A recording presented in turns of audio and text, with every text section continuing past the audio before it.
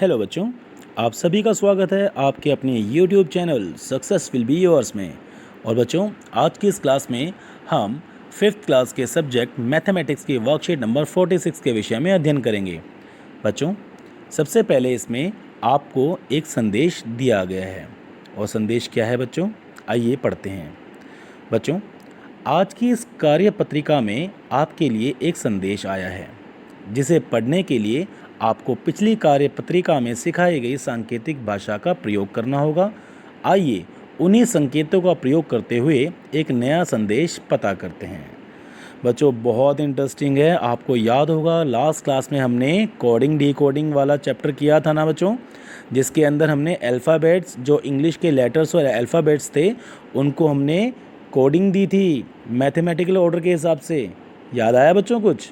आइए एक बार फिर से आपको रिमाइंड करा देते हैं बच्चों। जैसे हमने ए को नंबर 1 कोडिंग दी थी, बी को नंबर 2, सी को नंबर 3 एंड सो ऑन। इसी तरह करते करते बच्चों जेड तक हमने ऑर्डर नंबर दिए थे हमने 26 तक। याद आया कुछ? तो बच्चों, हमारे लिए आज संदेश क्या है, आइए संदेश को जानते हैं। संदेश है बच्चों हमारे लिए ये, पहले ये, देन उसके बाद ये एंड देन उसके बाद ये। अब इसको हमें डिकोड करना पड़ेगा बच्चों, क्योंकि हमारे लिए संदेश लेटर्स और इंग्लिश में नहीं है। हमारे लिए संदेश बच्चों मैथमेटिकल ऑर्डर में दिया हुआ है, राइट। तो सबसे पहले बच्चों 8 की जगह क्या यूज़ करते हैं हम? H। तो पहले क्या लिखेंगे हम? H। 1 की जगह क्या यूज़ करेंगे बच्चों? A। ये लो बच्चों A। 16 किसके लिए आता है बच्चों? P के लिए। आ गया 16 के लिए P, फिर दोबारा 16 है, दोबारा P आएगा बच्चों। और 25 किसके लिए आता है बच्चों? Y के लिए। तो हमें क्या मिल गया बच्चों? हैप्पी। इस वाले जो संदेश को हमने डिकोड किया तो इससे हमें क्या मिला? हैप्पी। चलो बच्चों, अब सेकंड वाले को देखते हैं। अब सेकंड वाले को भी तो डिकोड करना है ना। 9, इस 9 के जगह क्या यूज़ कर सकते हैं हम? आई, है ना। और उसके बाद 14 की जगह क्या यूज़ कर सकते हैं हम? एन, है ना। और अगला क्या है? 4 की जगह क्या यूज़ कर सकते हैं हम? डी। और 5 के लिए क्या यूज़ करेंगे? ई।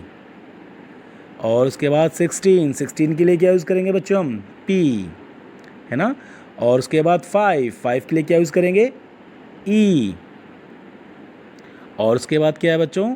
14 के लिए क्या यूज़ करेंगे बच्चों हम? एन। तो बच्चों हमें नज़र आ रहा है क्या बन रहा है ये?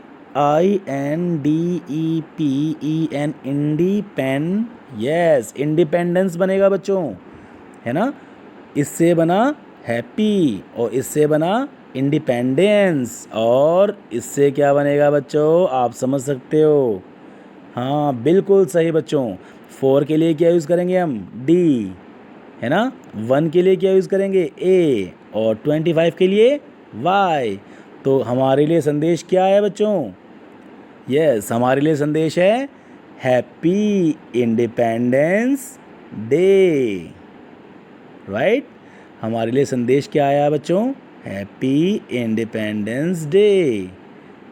बच्चों बहुत इंटरेस्टिंग था ना। अब ऐसे ही बच्चों आप भी किसी को भी कोई संदेश देना चाहो तो उसको कोडिंग में आप संदेश दे सकते हो, ताकि कोई आजू बाजू बैठा कोई भी व्यक्ति आपके संदेश को समझ ना पाए, है ना बच्चों। बहुत इंटरेस्टिंग। तो बच्चों, जैसा कि हम सभी जानते हैं कि 15 अगस्त को हमारे देश का स्वतंत्रता दिवस होता है ना। और इसी दिन वर्ष 1947 में हमारे देश को अंग्रेज़ों के शासन से आज़ादी मिली थी। इसीलिए बच्चों हर वर्ष 15 अगस्त को हम स्वतंत्रता दिवस मनाते हैं, है ना बच्चों। बच्चों तभी से 1947, 15 अगस्त 1947 को हमारे देश को आज़ादी मिली थी, तो तभी से यह दिन पूरे भारत में बड़े धूमधाम से मनाया जाता है ना। और बच्चों आप अंदाज़ा लगा सकते हो कि 2021 में, सन 2021 चल रहा है ना ये वाला, तो इसमें 15 अगस्त 2021 को हमारे देश को आज़ाद हुए कितने वर्ष पूरे हो गए?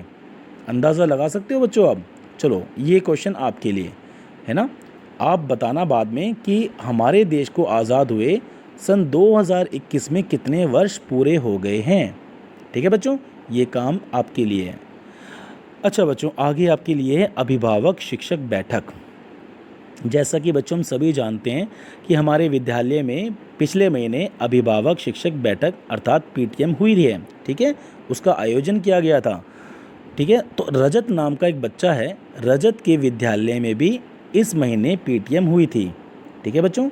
एक लड़का है जिसका नाम है रजत, और रजत के विद्यालय में भी इस महीने पीटीएम हुई थी।